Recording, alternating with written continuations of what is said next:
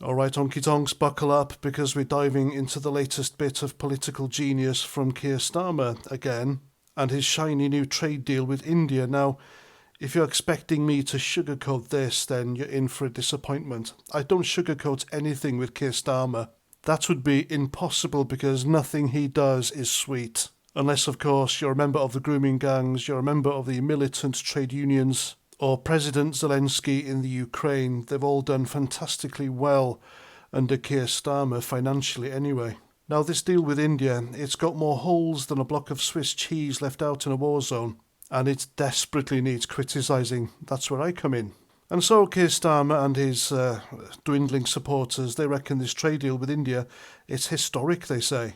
It's going to boost trade by 25.5 billion, slash tariffs on whiskey and cars, and make us all richer than a Saudi oil baron. Sounds brilliant, doesn't it? Until you actually read the fine print, and trust me, you'll need a magnifying glass and a strong stomach for that. So let's start with the good bits, because I'm a fair man. I'll give you credit where it's due, and it's about 30 seconds.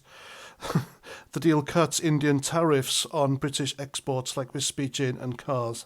That's great news for the distilleries and car makers who get to flog their wares to India's growing middle class. Tariffs on whiskey drop from 150% to 75%, eventually hitting 40% in a decade.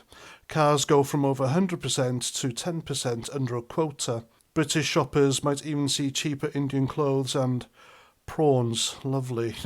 The government's crowing about 4.8 billion added to GDP by 2040 and wages up by 2.2 billion a year.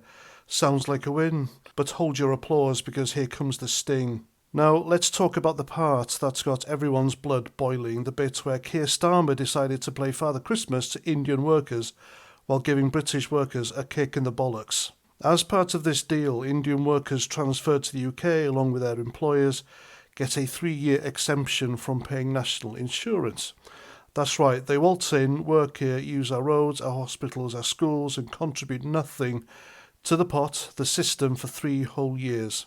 Meanwhile, Rachel Thieves, our Chancellor, just hiked national insurance for British workers and businesses to plug a so-called 22 billion black hole in the budget. So let me get this straight. British workers get clubbered with higher taxes, but Indian workers get a free pass?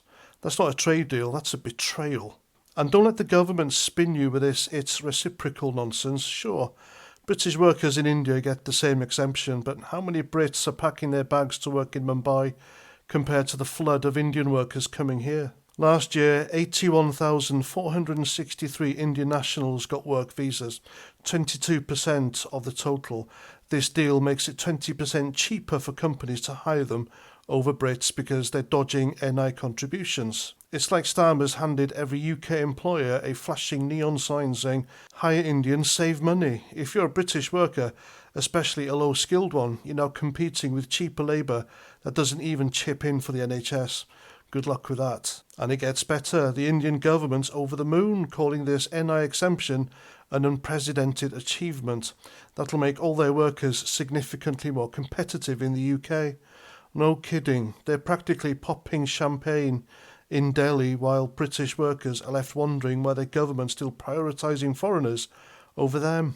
Kemi Badenoch, remember her, who refused to sign this deal when she was business secretary, laid it out in plain. It's a 2-tier tax system that screws British workers, ignores unfair visa demands and leaves industries like ceramics and aluminium in the dust. Nigel Farage called it truly appalling, and for once I'm not arguing with him. Now, Starmer's supporters will tell you it's not a big deal. Oh, it's just a standard tax agreement, they say. We've got 17 of those with other countries like the US and South Korea. Yeah, except the US and UK have roughly balanced migration. Millions of Brits and Americans work in each other's countries. With India, it's a one-way street, and don't fall for the "it's only temporary workers" line either. Up to 1,800 Indian chefs, musicians and yoga instructors can now apply for UK jobs each year, capped or not. That's 1,800 more people competing for gigs while British taxpayers foot the bill. This deal's timing couldn't be worse if you ask me. Labour just got a pasting in the local elections, Reform UK is breathing down their neck, and voters are fed up with mass migration.